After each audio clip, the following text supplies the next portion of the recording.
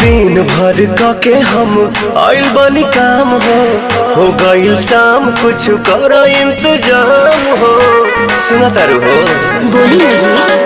हाँ। दिन भर के हम आइल बनी काम हो गईल शाम कुछ कर इंतजाम हो।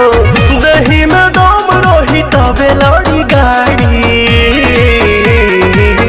वो न चाहत का याद राजा सहारे से तहारे वो न चाहत का याद राजा सहारे से तहारे।